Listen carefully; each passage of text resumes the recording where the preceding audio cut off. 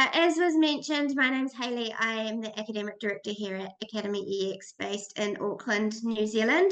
We're going to give you a bit of an introduction and hopefully give you a bit of a feel for what we do here at AcademyEx, the way we like to do things a little bit differently and the types of programs that we deliver to see if there might be any interest or any connection to what you are considering exploring so that we can have further conversations later.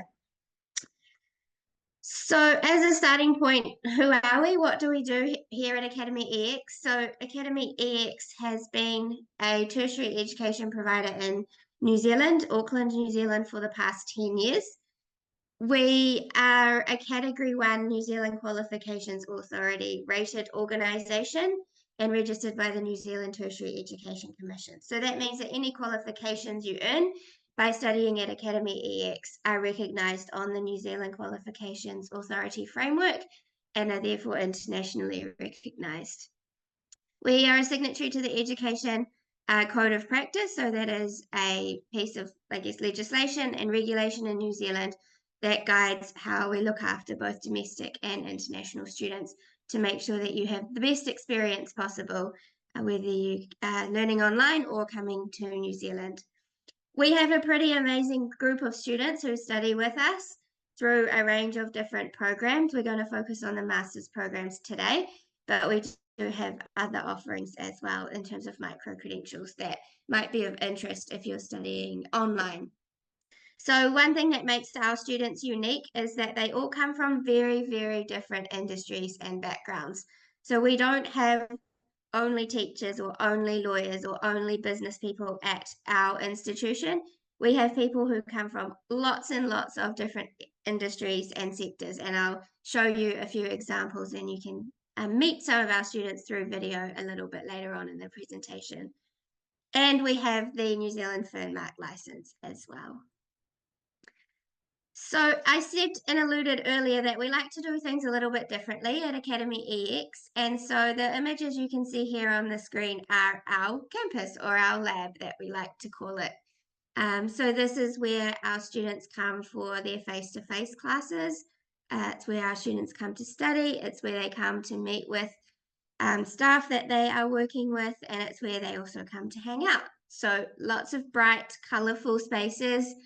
And lots of space to be creative, to be innovative, and to learn in a really cool environment. Our master's students as well are not maybe your average student. So the average age of our students is 43 years of age. So a lot of, or all of our students, I should say, have had lots of experience behind them and lots of kind of both work and personal experience that they bring to the classroom that helps them to share their learnings, but also to grow even further. And 27% of our learners are aged over 50. So we have a real passion at AcademyEx for lifelong learning.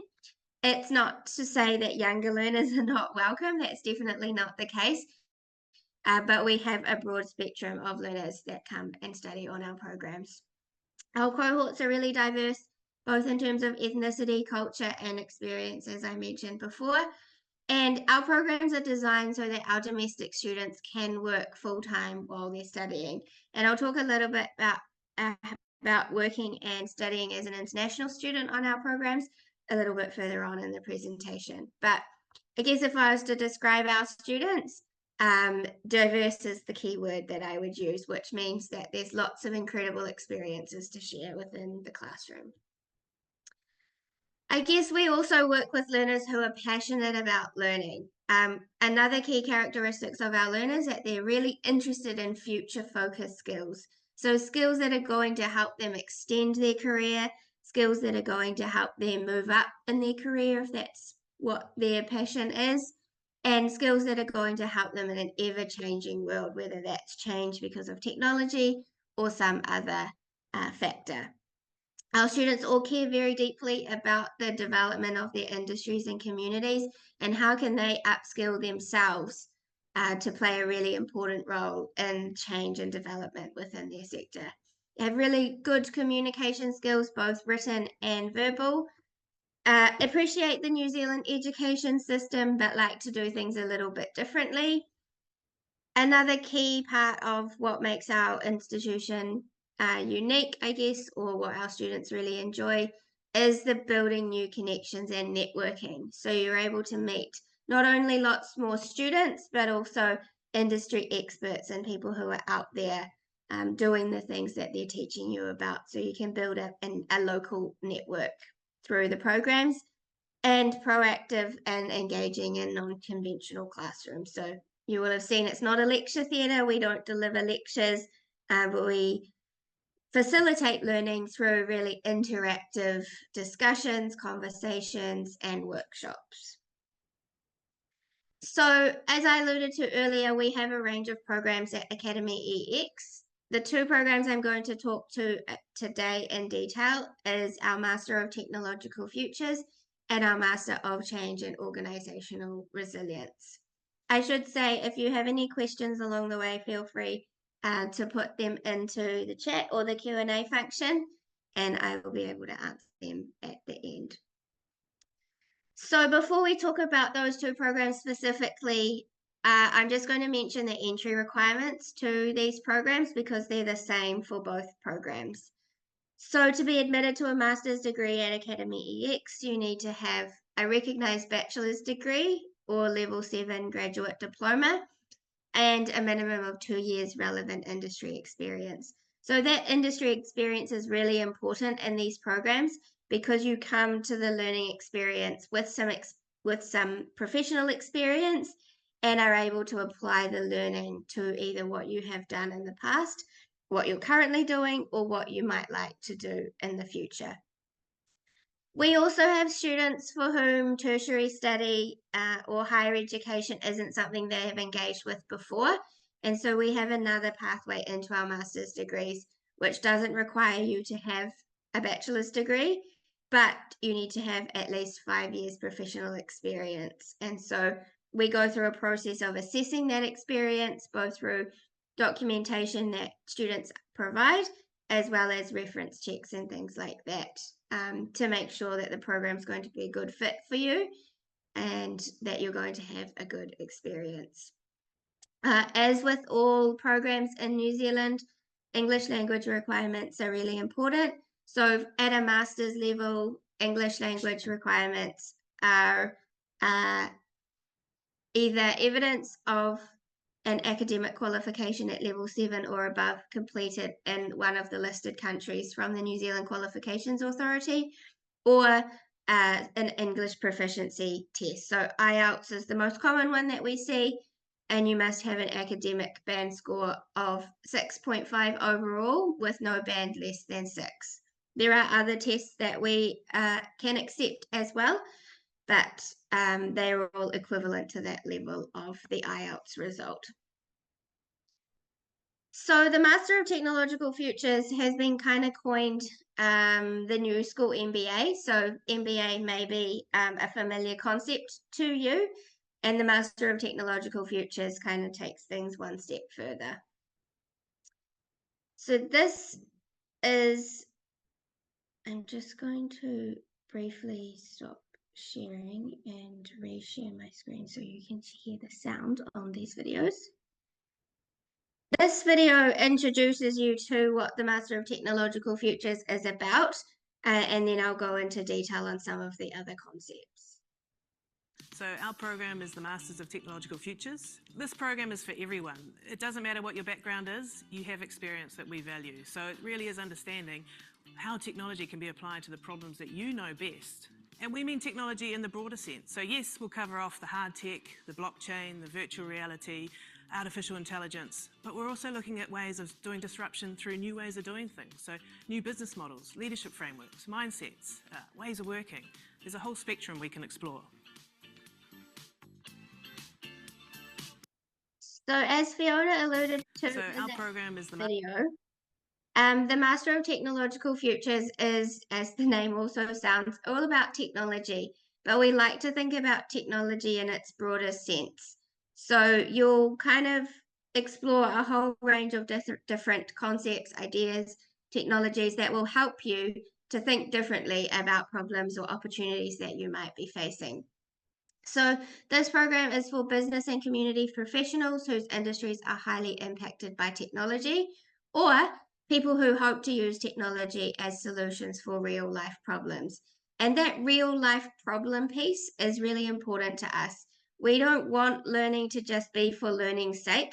We want you to be able to take the learning that you are getting and apply it to helping to solve or begin to solve a real life problem that you might be having in your organization or in your community. This program can be completed in 14 or 18 months, depending on whether you want to study part-time or full-time, and that will obviously have an influence on our kind of recommendations around the working amount you work, but I'll talk about that a little bit more. This is a research master's, so there are specific things with Immigration New Zealand which are a little bit different if a program is classified as a research master's, and this one is if you enroll into a 90 credit level 9 project.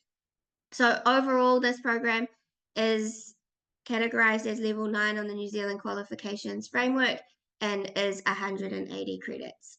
We have 3 intakes per year, one in March, which starts very soon, one in July, and one at the end of the year in October. So I've spoken a little bit about this already, but who is the program for? This slide just gives you a few examples of different industries and sectors that some of our students have come from, as well as some ideas about what people want to try to achieve. So we have lots of students who want to change their careers or who want to pivot their career, people who want to become in-house change agents or consultants, people who want to develop expertise in a new area, and even people who want to start a new business or develop a product or develop a framework. But ultimately, what people want when they study these programs is to drive positive change through the application of technology and to think really carefully about technology and the way in which it impacts on the world around us. So this is a bit of a diagram which shows you how the program is structured. The program and the timings here are based on a 14-month model, but in an 18-month model, part 3 is longer. So you can see here a range of different ways within which you engage in the program.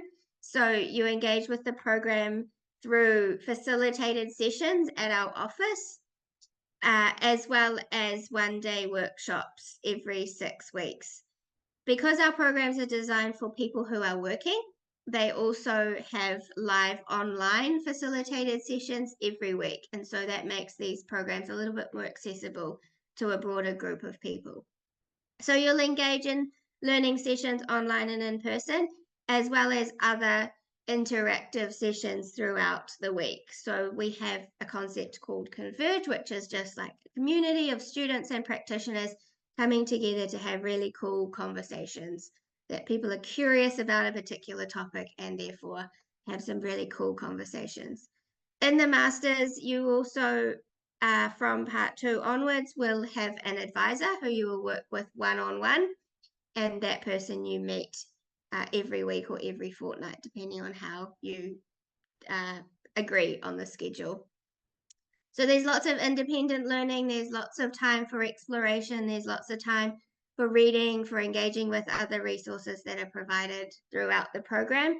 And then there's a lot of time both as well with other people who are also on the program. We do academic workshops. We also have something which is called a fireside chat, which is a really cool conversation and opportunity to meet other people who are doing amazing things, as well as quarterly briefings and other things which are hosted by our CEO. So I know there's a lot on this slide, and we can, if this program might be of interest to you, we can talk through it in more detail, but this is just to give you an idea of the types of ways that you would engage in a program like the Master of Technological Futures. So the program split up into 3 parts, as you could see on the last slide, and within those parts there are different courses. So the course names that you can see here on the slides give you an idea of the types of topics that are taught. So in and around emerging disruptive technologies, technology and ethics, disrupted systems. So that's where you learn about different business models, new business models, and technology and practice. And that's where you apply your learning to your own practice, your own context. In part 2, this is where you develop a project proposal for a project that you're then going to implement in part 3. So this is what I was mentioning before, where you get to apply that learning to something real life, and do a research project in part 3, engaging with a range of stakeholders. If you are to enroll in a 90 credit project, and this is something that we can talk one-on-one with people about as well through the interview process, this master's would be considered a research master's, and therefore enables different work rights as a student in New Zealand based on the student visa issued by Immigration New Zealand. So if you do a research master's, there is not a cap on the number of hours that you can work per week. But if that is to be the case, we like to have conversations with each individual student so that we can try and balance the study and the work to make sure that you're able to give attention to all parts of it and get the most from the learning experience that's on offer at AcademyEx. So who should consider the Master of Technological Futures? If you work or are engaged in any of these sectors or identify with any of these professions, this program might be for you. But equally, if you're sitting there and you're like, the thing that I do isn't on the list, it doesn't mean that the project or the program is not right for you. It's just we literally can't list all of the different sectors and professions that our students come from, because there are so many, which adds to the uniqueness of the program. So this is just a picture of one of our cohorts. So you can see here a really diverse group of people who have been engaging in the program since February of this year, and are about almost three quarters of the way through. So these people are all implementing the projects that they planned and started earlier this year. We like to connect people across cohorts too. So you will remember I said earlier that we have 3 intakes in a year, which means we have 3 groups of students each year engaging in our program. And at any one time, there can be up to six groups of students at different points of the program. So there's lots of people that you can meet and lots of people that you can engage with. And so our students provide little biographies, which all the students have access to, and you can reach out to different people if you see something that they've written about that you might be curious to explore further. This next video gives you a bit of an introduction and get to meet virtually, obviously, some of the current students of our program.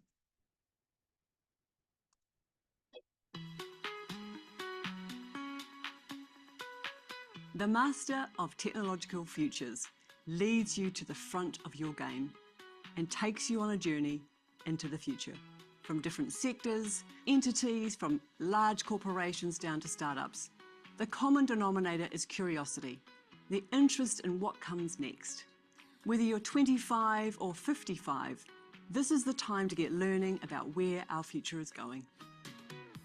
I've largely worked for corporates, and I was looking for a surge of energy for myself. What was first impossible became possible, and I've never felt more aligned in my entire life. I sort of left school with fifth form education at the time. That's sort of why I signed up for this master's program, is being unaware of what was out there and wanting to sort of absorb as much as I could. Universities move very slow. So for me, AcademyEx is a much more real place than university education does deliver. It's agile. It's not set in stone. If you need to adapt, I feel like everybody's willing to adapt, from your advisors to your students, and everybody wants to help. So for me, it's been an environment where you can thrive. Despite the fact that I'm an engineer, I'm quite creative by nature. The open-endedness of the Masters, shaping your own future, shaping your course, naturally guided by AcademyEx, for me has been a total mind shift. specialize in the area that I'm really interested in, and then use the support and the expertise and the experience of AcademyEx to actually inform the specialist area that I was looking at. And it's just been mind-blowing for me. My brain feels like it's fizzing.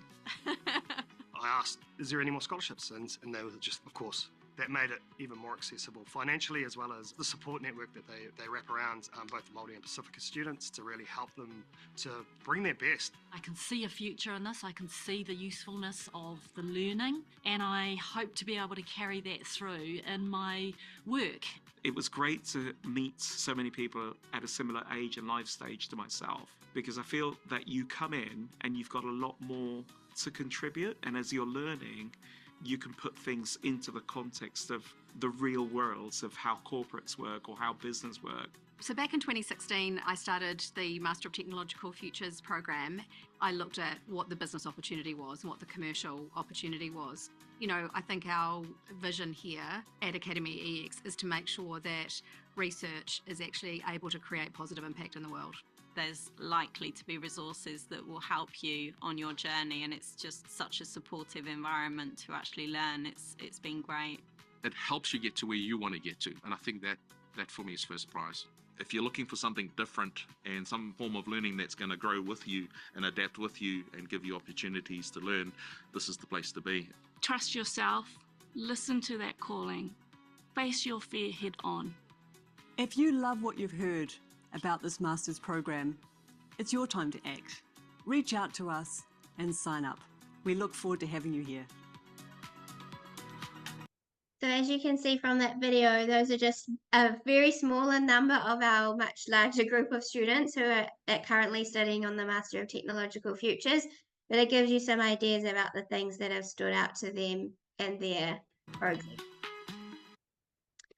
So that's the Master of Technological Futures. So if technology is of interest to you, if the application and impact of technology is of interest to you, then that might be the program for you. But we also have another program that's called the Master of Change and Organisational Resilience. And this is the newest Masters that we deliver here at AcademyEx. And what is at the heart of this project, or program I should say, is resilience and change. So we all know that the world around us is changing. We all know that things are not stable. The greatest certainty is uncertainty. And so this Masters is designed to help people to be able to navigate that change, to build personal and professional resilience, to be able to withstand any change that might come. So this video will give you a bit of an idea of this program.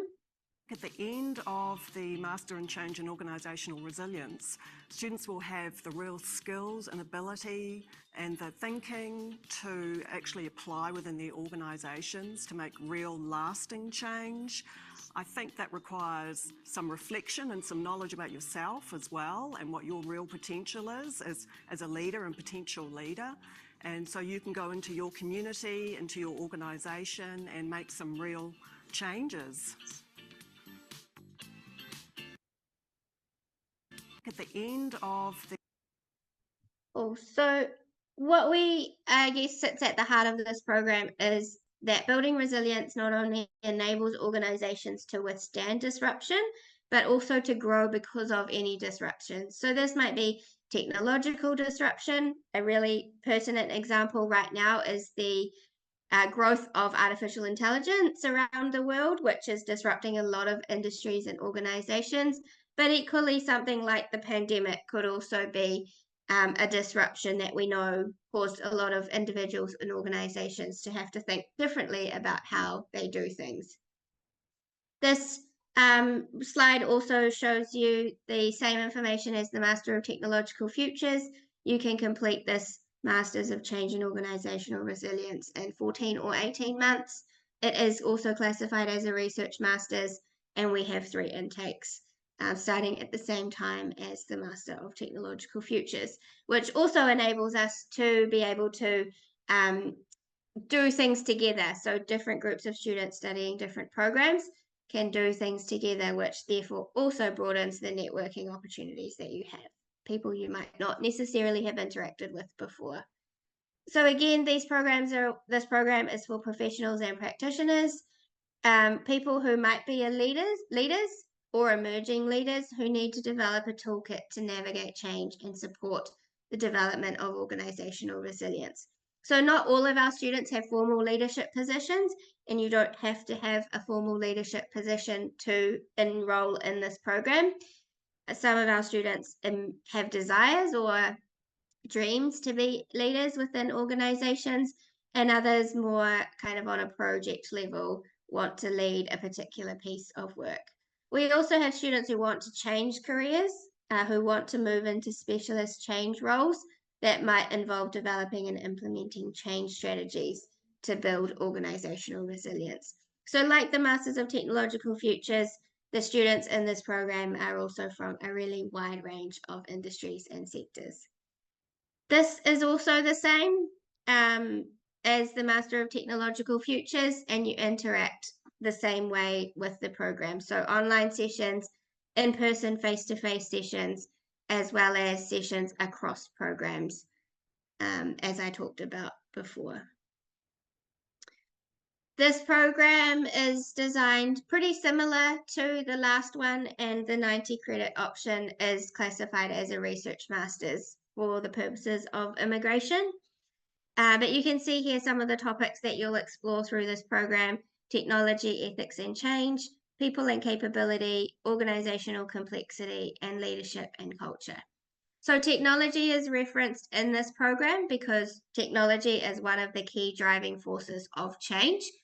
It can also be it can also be part of a solution to building resilience and to navigating change. So this program doesn't explore technology to the same extent as the Master of Technological Futures, but you can't have a program about change and resilience without technology, which is why there is a course here in this program. So we have a range of students from different sectors, including government and public sector, not-for-profit, primary industries, utilities, infrastructure, education, health, people who have their own businesses. They might be consultants or might work as consultants for corporates. They might be policymakers, they might be advisors, they might be community leaders, or they might be educators. So this is a program that educators enroll in quite frequently, people who want to kind of step outside a more education-based master's and think about education management or education leadership and their dreams in that space. So again, if you don't see the sector or profession that you identify with or are a part of in this list, it doesn't mean that the program is not relevant to you. It just means that we ran out of space. So the very first cohort of this program started in February of 2023, and this video gives you a bit of an idea of their experiences so far.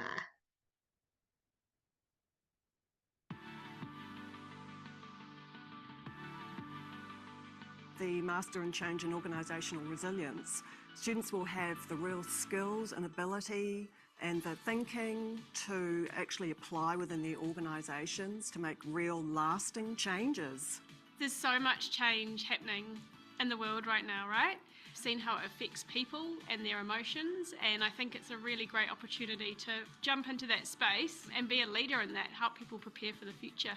We have done change in a private organisation, and we've done it really exceptionally well and really poorly. After leading people, I wanted the skill to know how to do it really well all the time. The change is the only constant in life. I'm here to make a change in the world. As a department head and as a leader, I've got to understand how the impact is going to impact me, my team,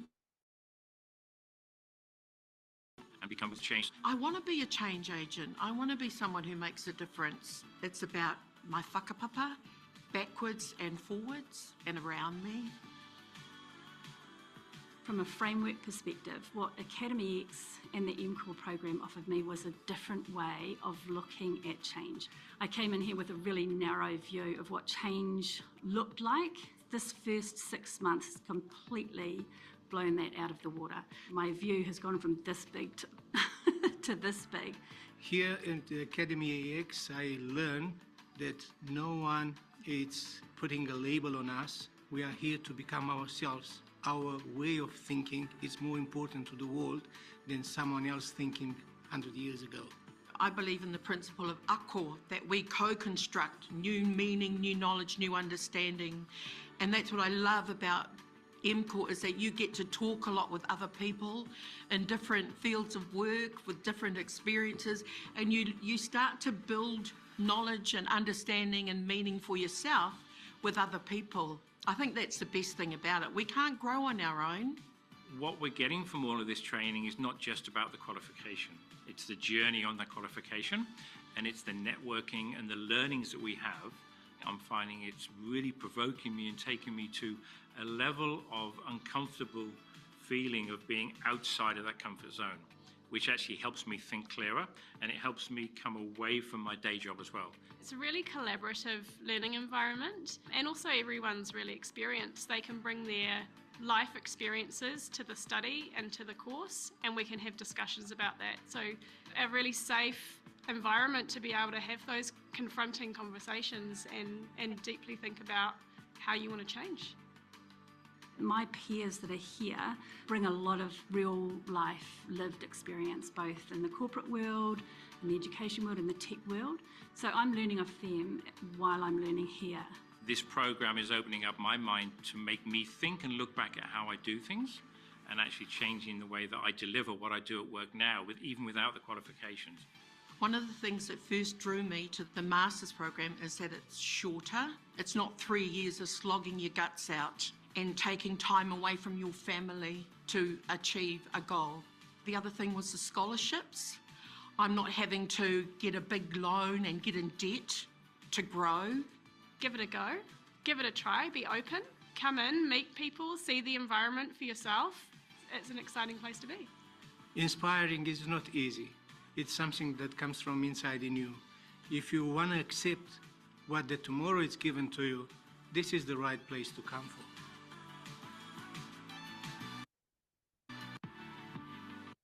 So from there you can see a few of our students who are in the middle of their program, who started earlier in the year, and some of their experiences and the things that really stood out to them as being useful and relevant and valuable during their experiences.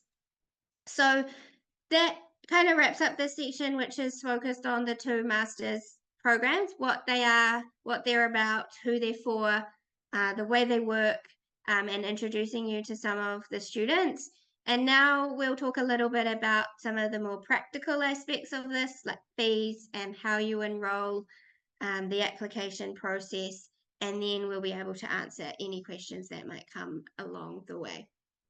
So our master's programs, the full fees, if you are studying here in New Zealand, are 44,000 New Zealand dollars. There are a couple of ways in which we support students financially, because fees can sometimes be a barrier. So one of those is the early bird saving. So if you apply for the program at least 8 weeks before the start date, there is a 10% saving, which means the fees become $39,600. If you're studying offshore, the fees are different. But from what we've seen, all of our international students so far are coming to study in New Zealand to have the experience of studying and living in New Zealand whilst they're engaging with us as an organisation. We also have scholarships, so you will have heard a couple of students in those videos mention they were the recipients of scholarships to support their study, and we have International Student Excellence Scholarships for 2024. So these scholarships are to the value of 11,000 New Zealand dollars. So if you were to be awarded a scholarship, it means the fees payable would be 33,000 New Zealand dollars. And there are a number of rounds for these scholarships, which align to the intakes. So the next round of scholarships closes on the 17th of February for the July 2024 intakes, and then another round of scholarships closing in June for the October intakes. So the criteria for these scholarships is, as the title suggests, around student excellence. And so we look at both your previous academic results as well as English proficiency. And so we do that through the documentation that you provide as part of the application process, and the statement of intent that you will write to explain why the program stands out to you and why you would like to participate or enroll in this program. So if there's any questions about scholarships, we can answer them, but hopefully relatively easy to understand, and the application form can be accessed online. So how do you apply or enroll in a program, and what's the process? So you fill in the application form and a statement of intent. So all of our students, whether they are international or domestic students, complete a statement of intent. And that's for you to share a little bit about yourself, to share a little bit about why the program is relevant to you and why you would like to enroll in it. And that just helps us to make sure that the program is the right fit, because that's the most important thing that we want, is that the program that you're enrolling in is going to help you achieve the goals that you want to achieve. So you send your agent the form and any other required documents. So that includes evidence of previous qualifications, your English language proficiency results, test results, and anything else, your ID, etc. They'll be uploaded onto our online platform. Our enrollments team will review and verify all the documents that have been submitted, and then an interview will be arranged once we've received all of the documents. So all of our students, both international and domestic, will be interviewed. International students have a little bit of a meeting first with one of our international team so that you can feel comfortable with the interview, and then you attend an interview with the program lead of the program that you've enrolled into. And so that's a conversation with the program lead so that they can get to know you. You can also get to know them and put a name to a face. And then you will be able to ask any questions that you have about the program, and they will also ask you some questions. So it's not a big scary interview or anything like that, but it is a really important part of the application process so that we can make sure that the program is the right fit, and as I said earlier, that it will help you to achieve your goals. Once you've done the interview, the program team will complete the review of the application, and we will determine whether an offer of place is to be provided and let you know relatively soon after your interview what the next steps are, and then you will be able to proceed from there. So these documentation, this is the list of documentation that is required. As I said before, the application form, your CV, your academic qualifications. If you don't have any academic qualifications, documentation of your work experience, your passport, a statement of intent, and your English language test. And also your current visa status if you're intending to study in New Zealand. We do have a couple of interview guides that will help you to prepare for the interview and give you a little bit more of an idea of what it is, and the international team will be able to share those and talk through those as well with you before you meet. But don't be kind of scared or put off by the interview. Our team's all really friendly, and it's just a conversation and an opportunity to talk about what you do, what you've done, and what you want to do into the future. So this is our student experience and international team. So you may hear from these people throughout the process, and they're there to help you. They're there to help you and to help your agent through the application process to make it as smooth as possible so that you can continue on with visa applications, etc., following the offer of place being provided. So thank you for your attention. Thank you for listening and for coming in to hear a little bit about the programs that we deliver at AcademyEx and who we are. I'm just going to stop sharing my screen so that I can open up the Q&A and see whether there are any questions in there that we can answer. So there's a few questions. From Rohan, I'm working in textile manufacturing as an operations leader. Which program is suitable for me? This is the kind of profession and role where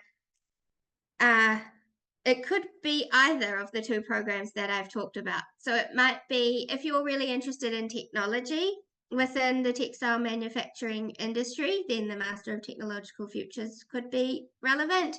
But if you're more interested in change and building resilience within textile manufacturing systems and processes, then the Master of Change and Organisational Resilience might be more relevant. So there's something to kind of think about. What do you want to achieve from the program, and what might that involve? Is it more of a technology or business focus, or more of a change and resilience focus? And that will help you to decide which program might be relevant to you.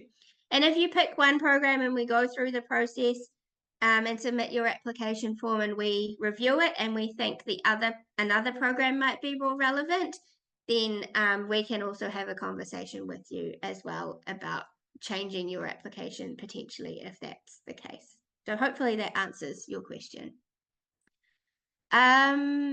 What is the difference of this AcademyEx program to other masters?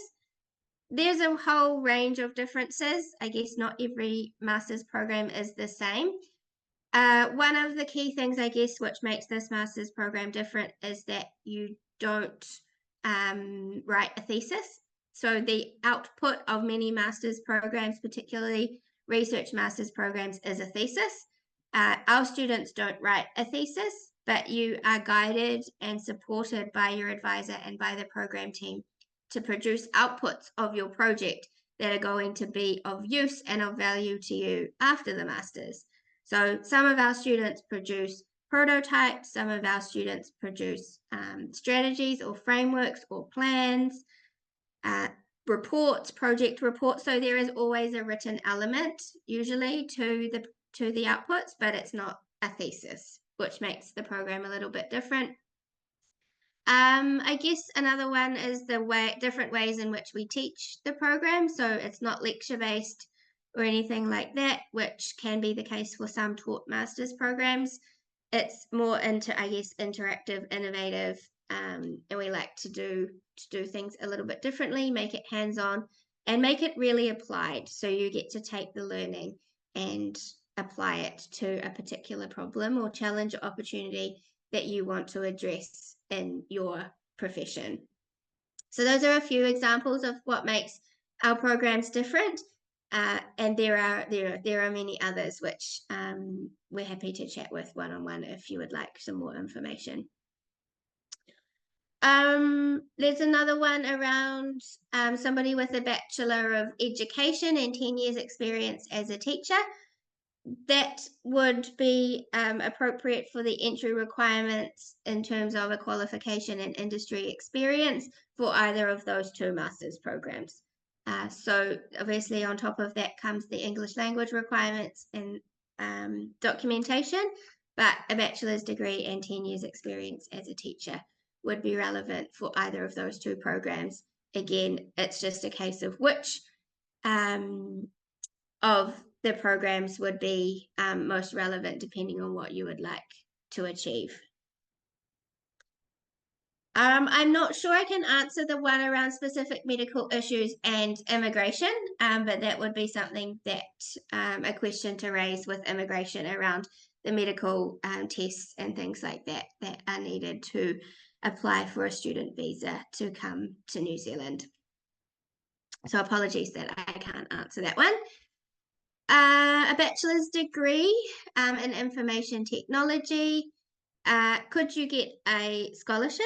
You most definitely could apply for a scholarship, and we would assess your application by looking in at the documentation in more detail. 1 year trainee software engineering experience and another 6 months experience as a full-time software engineer. Yeah, so you're definitely well on your way to that 2 years of industry experience. That is important for the entry requirements of both of those masters. So you could apply in another 6 months. Also, if you have done or had industry experience prior to your year as a trainee software engineer, we could also look at that. but it might be that another 6 months, and then looking at maybe the October intake could be a useful way to think about it for this person. Is the industry experience mandatory to apply to MTF? Yes, at least 2 years experience is a must for this program. It's all part of the entry requirements, which are approved as part of the New Zealand Qualifications Authority approval for this program. I'm a banker within Masters of Business Administration. Is the program suited for a banker who's looking to build a career as a business consultant? We have had people from finance and banking enroll in the Master of Technological Futures, and we may even have some on the Master of Change and Organisational Resilience. But if you're looking to build your career as a business consultant, broaden your expertise and knowledge beyond finance and banking, these programs definitely will allow you to do that and provide you with different ways of thinking about things, which might be really helpful as a business consultant.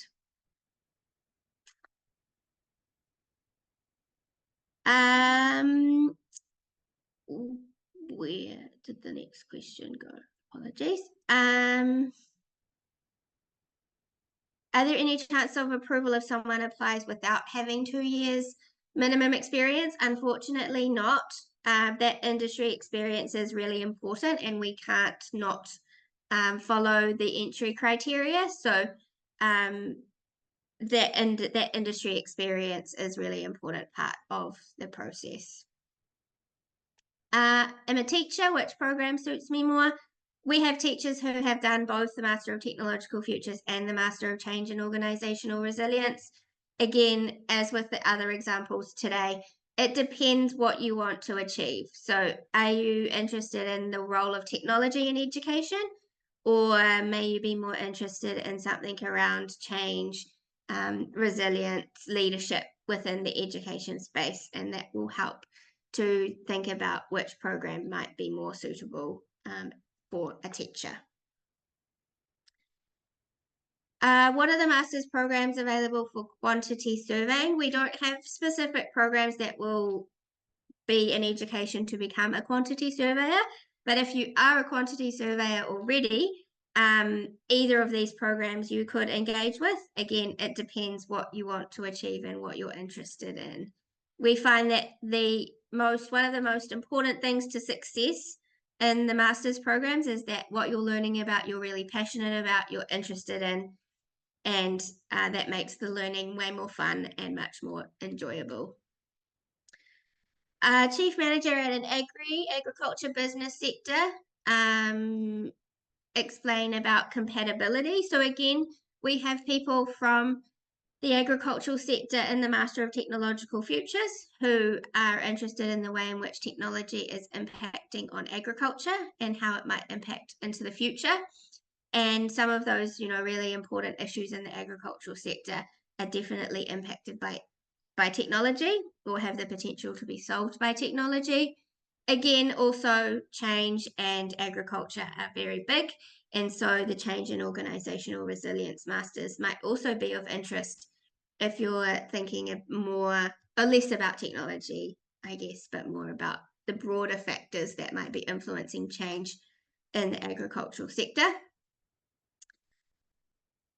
Do we offer any work study programs or scholarships that combine paid work with my studies? Unfortunately, we don't. We don't have any placement or any work parts to this program, or to either of these programs, I should say.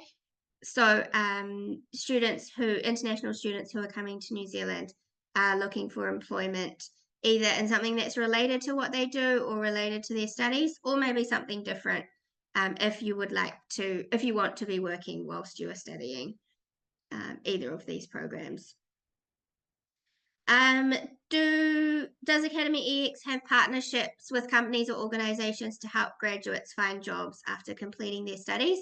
We don't have any formal partnerships with different companies or organisations, but one of the things that is relevant to this program is the way in which, I guess, the people who are teaching the programs are from industry. They're from organisations and companies around New Zealand. And so you have an opportunity to network, and you have an opportunity to meet people who may be useful in finding employment after completing your studies, if that's what you are aspiring to do.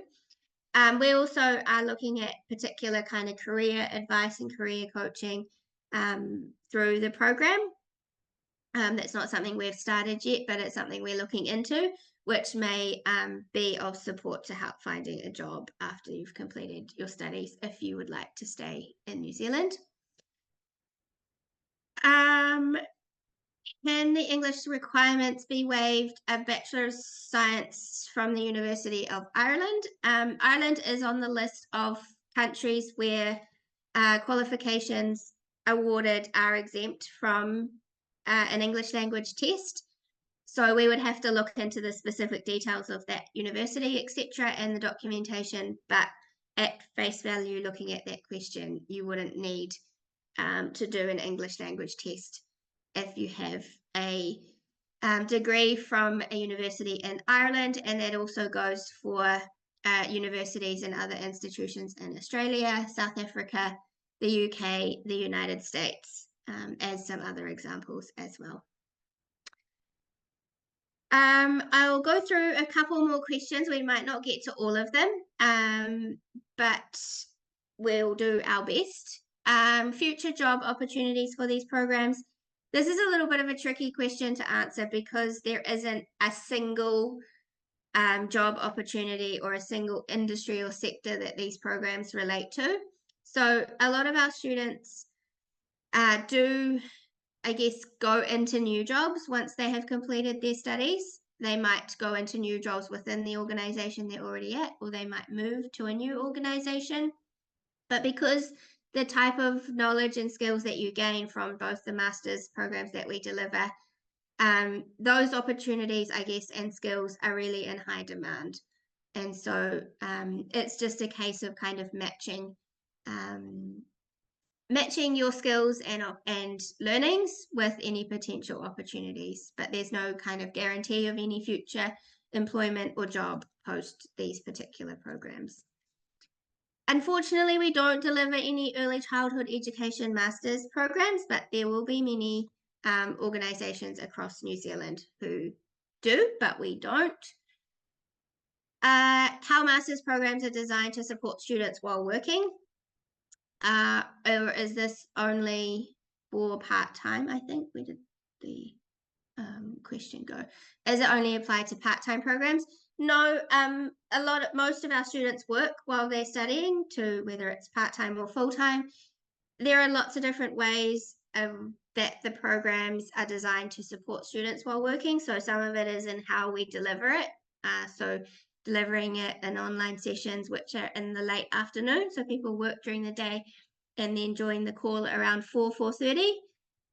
And then also the way in which the learning that you're doing can be applied to your work. So you would have heard a couple of students in those videos talk about how they are already applying the learning to their jobs before they've even completed the qualification. So there's lots of different ways that master's programs can support students while working. Master's programs obviously are a lot of work, and there is a lot that goes into them, but it's not impossible to work whilst you are studying. I have a master in organisational management. Can I get exceptions or optional courses? We would have to look at that on a case-by-case basis and the specific degree that you've already completed. So if it's something you're interested in, you can get in touch, and we would have to look at that very closely. For social workers, what kind of degree program? We have a couple of social workers who are doing the Master of Change in Organisational Resilience at the moment, and that is really kind of where we see it. But if you were interested in technology and how technology might impact on social work or on industries or communities that you're working in, the Master of Technological Futures might also be of interest. A banker with 10 years experience, that experience is great. In terms of its length of time, we would just have a look at that. and the IELTS would, or English language test would be waived if you do with a Master of Marketing from a UK university, in the same as the Irish context earlier. What is the evaluation method of the Master's program? So that's a really good question. You don't get a grade as such, so you don't get an A, a B, a C, or a D. We use what's called competency-based assessment. And so you gain credits by getting a competent grade in the assessments related to each course. And so those assessments have a set of criteria, and you produce what is needed for that assessment, and then that is assessed using a competency framework rather than a grade or numerical based framework, which is common in other master's programs as well. I think we've got to the end of the questions.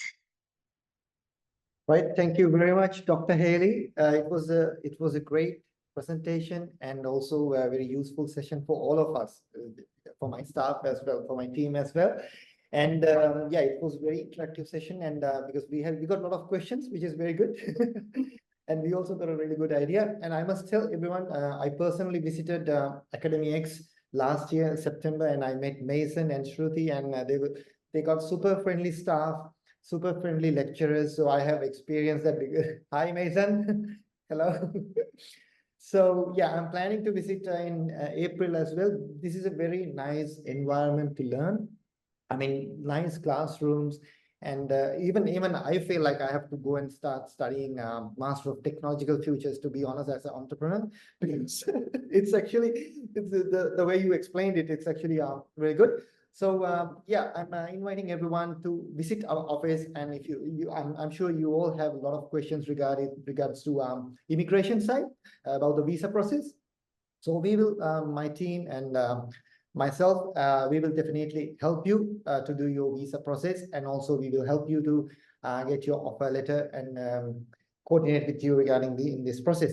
So thank you so much for everyone for joining on time, and really appreciate it, and we are looking forward to work with you in the near future. And also you're not too late to apply for the July intake now. So yeah, just give us a call, visit the office, and we will take care of you. Thank you very much. Thank you. Thank you, Miguel. You're welcome. Bye.